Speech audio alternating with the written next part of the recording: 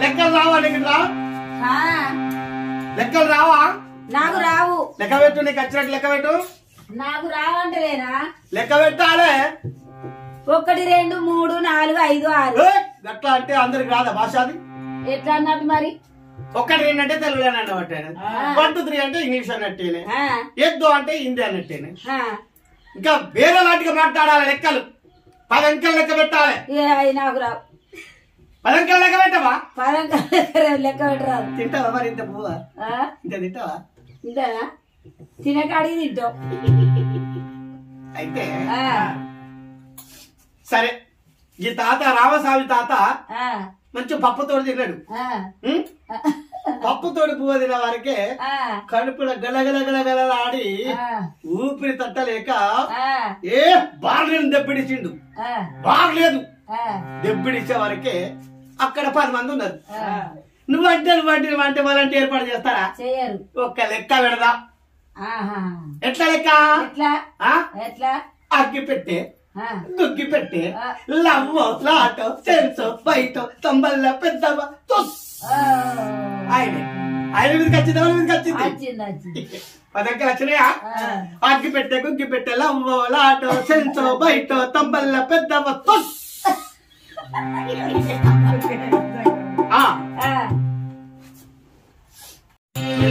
ఆంజనేయ స్వామికి దైవమా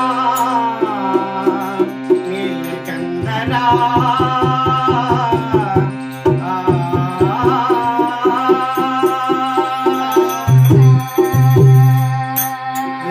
రాజని కుశలను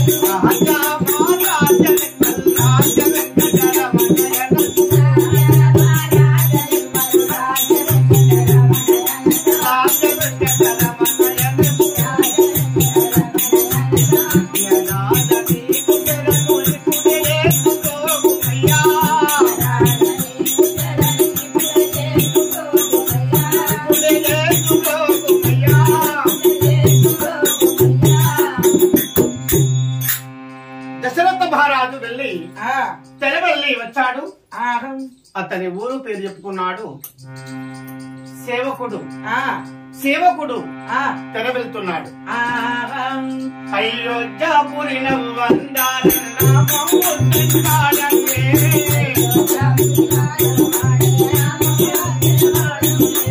అయోధ్యాపురి నవ్వందాలను నామం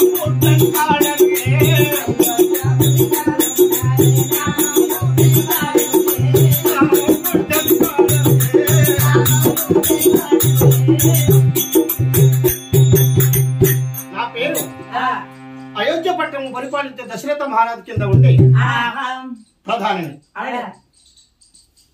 అయోధ్యాపురికి అధిపతిని రారాజు గారు.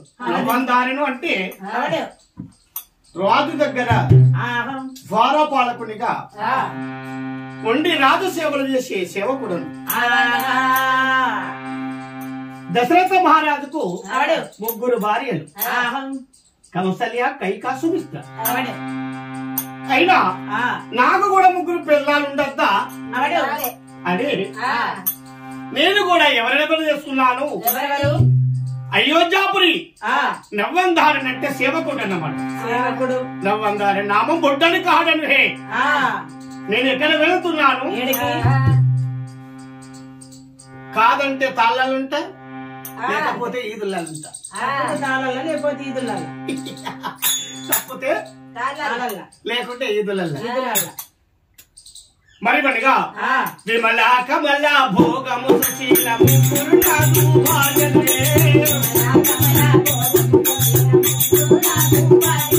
ఓ విమల కమల భోగము సుశీలము గురునాథు భాజనే.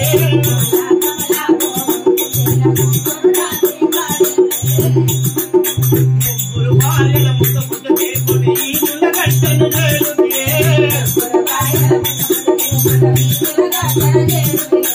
ఈదుల గట్టను చేరుతే. ఈదుల గట్టను విరాలితే తాళ్ళ గట్టను చేరుతే. ఆ ఈదుల గట్టను విరాలితే తాళ్ళ గట్టను చేరుతే. తాళ్ళ గట్ట తావదలైతే పొందల గట్టను చేరుతే.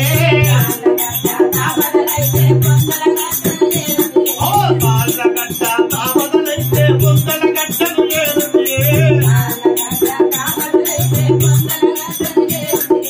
అయోధ్యాపురి నవ్వందార నామం బొడ్డని కాడనే. నా నామం బొడ్డని కాడనే.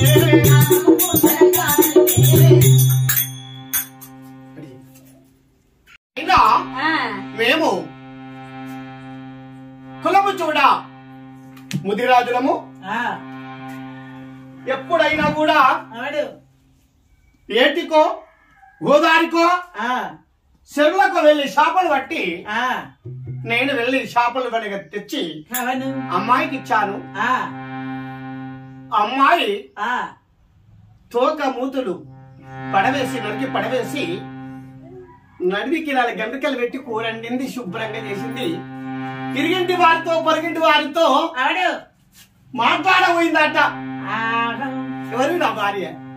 మరి ఆ అత్త ఎక్కువ తింటుంది కూర అడిగావు, మరి నేను తక్కువ తింటుంది కదా, మరి ఎట్లా తినాలి అన్నా. మంచిగా దుకాణం కొట్టకాడికి వెళ్ళినా 9 టైం వేసిన 9 టైం వేసి ఉన్నదా భార్య ఉన్నది ఇంట్లో చూసుకో. లేదు ఇదే మంచి సమయం అనుకున్నా. ఏమో మంచిగా పల్లె చూడుకున్నా, పల్లె 2 ముక్కలు వేసుకున్నా, ముక్కలు మొత్తం తిన్నా, మొత్తం సారే ఉంచినా. ఇక లేచి చేయముందు కట్టుకుంటానా. అప్పుడు నా భార్య చేయమంటున్నది. గంజలో చూసిన నేను ముచ్చటాడ పోయి ఇంటికి వచ్చి గంజలో చూసే వారికి గంజలో ముక్కలు పట్టి సూపే ఉన్నది. అయ్యో ఈ చేపల కూర అంతా చేపల కూర అని నేను అండితే చేపలన్నీ తిని చారుంచాడు. చేపలన్నీ తిన్నాడు సారుంచినాడే సారుంచినాడు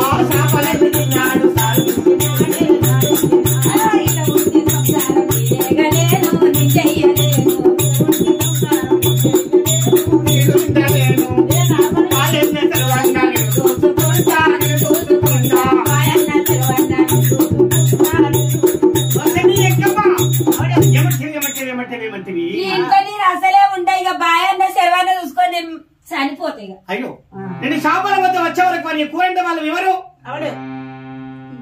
నువ్వు అంటే వారు ఎవరు? నువ్వు లేకపోతే నువ్వు బాయన్న శర్వన్న చూసుకొని చనిపోతావు అన్నమాట. బాయన్న శర్వన్నను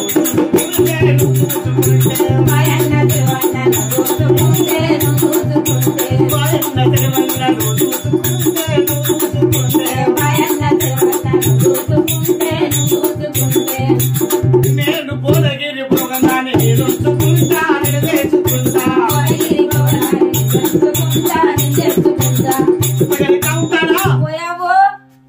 నేను బాయన్న శర్వన్న వాడి చనిపోతానంటే బోల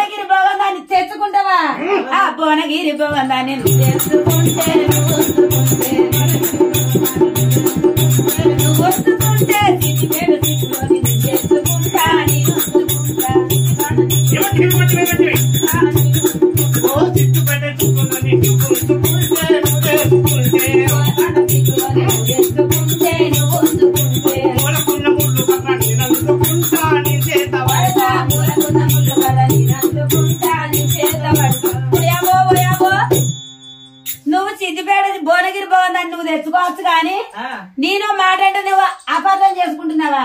మూలకున్న ముళ్ళకర్ర నువ్వు అందుకుంటే ఆ మూలకున్న ముళ్ళకర్ర నువ్వు అందుకుంటే